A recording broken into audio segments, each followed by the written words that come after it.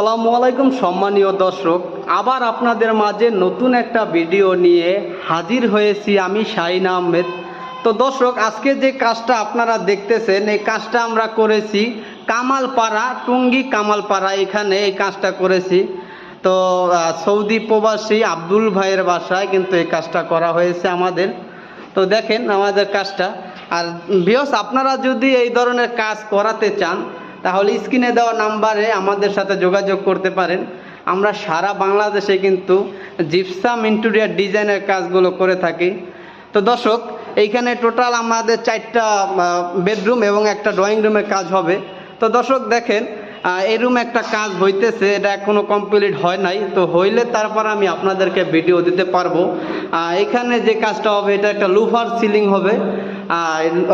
আমাদের কর্মীরা কিন্তু লুফারগুলো বানাইতেছে, দেখতেছেন। তো এখানে